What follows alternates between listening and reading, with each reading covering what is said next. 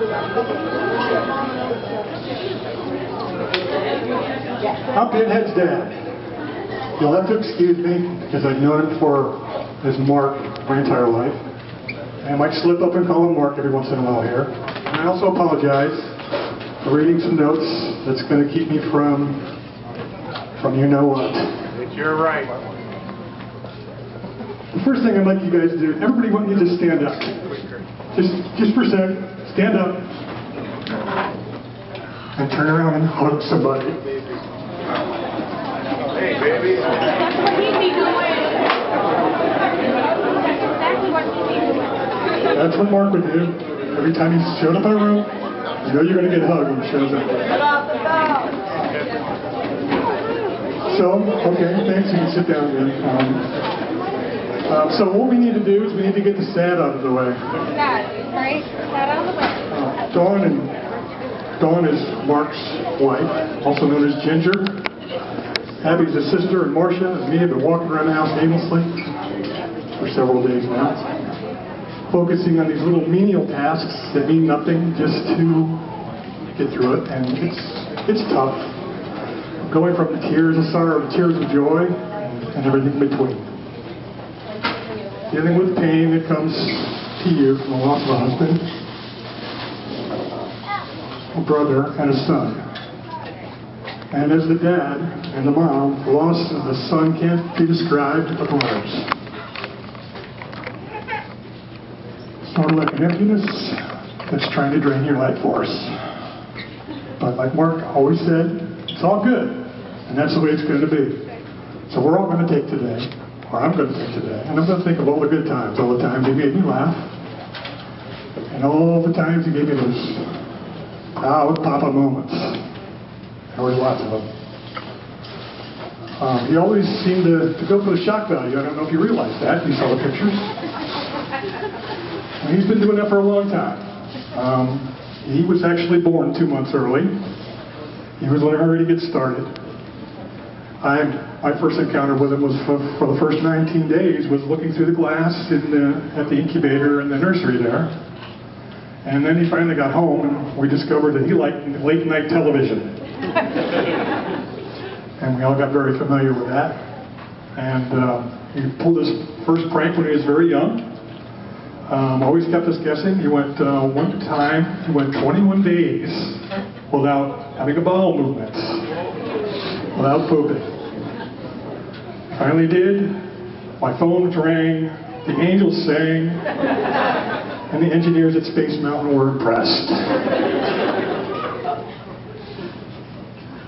And let's see. He had learned to, his grandmother and his mother and his aunt that he stayed with all the time, taught him how to read before he got to kindergarten. And he was reading in kindergarten, but the kindergarten teacher didn't figure it out until the end of the year. So I don't know. He's always a little bit smarter than we think he is all the time. And then he went to elementary school, and he was tested, and he entered the gifted program.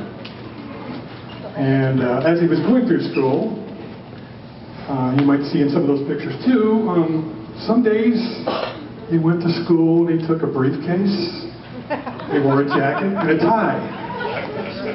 Of course his mother said, somebody's going to flush you down the toilet. But they never did. And then there was other times, that he wore a scout uniform to school. So they said, they're going to put you in a locker. But of course they didn't. And it was all good. Excuse me a second here.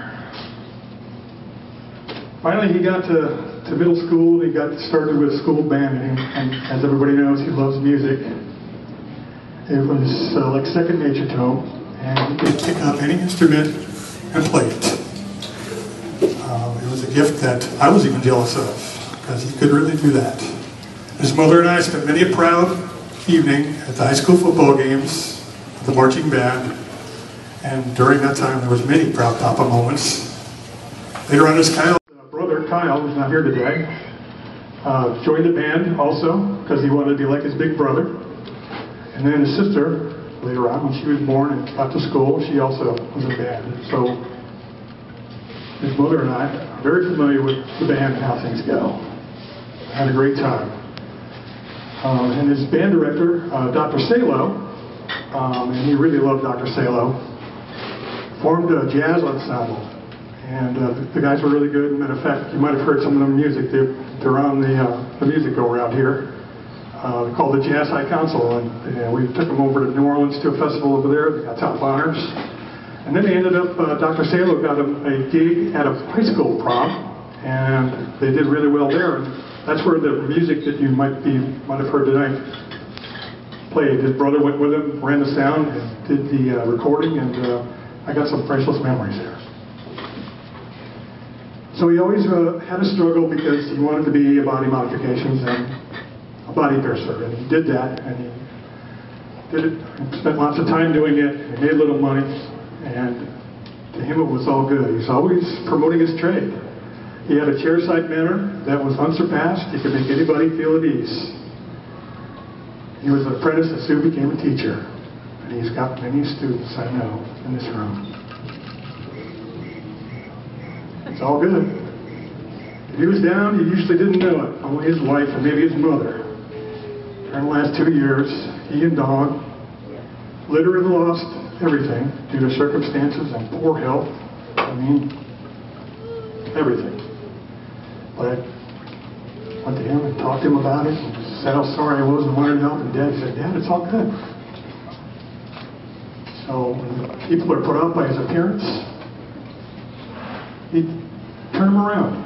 The grumpiest, most military, whatever you want to call them, people that didn't even want to give him the time of day, you give him a few minutes and you'll have them laughing and giggling right along with him. And he had that gift. It's all good. So, a couple more things. I won't keep you much longer here. We played in a band together, Destiny.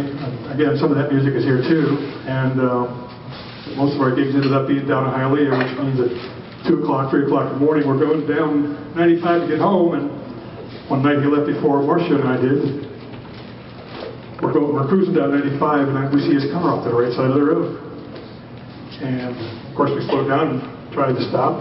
Come to find out, he saw an accident on the road and parked his car and went over to help people get out of the car. All the cars on 95s that would pass back and forth, and helped out the rescue people when they got there, and they wouldn't let him cross the street back again. They made him ride the fire truck so he could get back to his car. He really liked that. That was all good. It's all good what he did there. And then he, from some other circumstances, wound up volunteering at a food kitchen, Father Carl's food kitchen, over in Oakland Park. And that's where I met Father Carl. And he enjoyed it so much. He and his wife went there, and they just continued to, after they had to do what they do for community service, just kept on volunteering there for quite some time. They really loved it, and they both fell into it very well. And there is also a story that I heard recently about him where he walked everywhere he goes. Every place he goes, he walked. And on his way back from his wife's shop, he ran into this homeless man who asked him for a cigarette. He said, "No, I don't smoke, sorry. Wish I could help you." So he went home, and we have another friend of the family, extended family member here. His name is Xavier, you probably know him. He's always quitting smoking. And he quit smoking this time, but he always stashes little stashes of cigarettes around the house. Mark knew where one of those cigarettes were.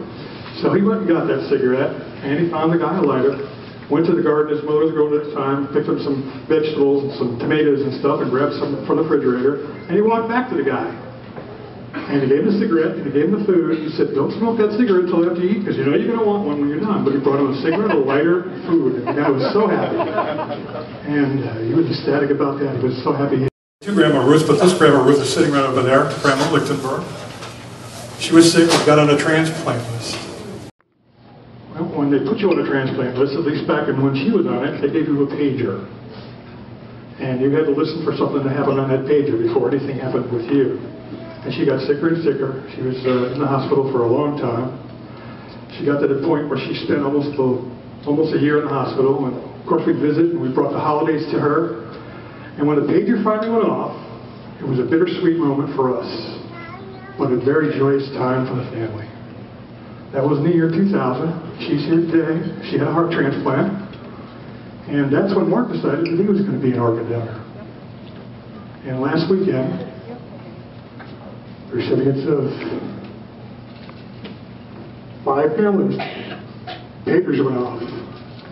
He helped 5 people extend their lives, heart, lungs, liver, kidneys. He was a healthy guy. So and he's doing some bone marrow. Help some people with cancer. So my best proud papa moment is right here in this room. His mother had no idea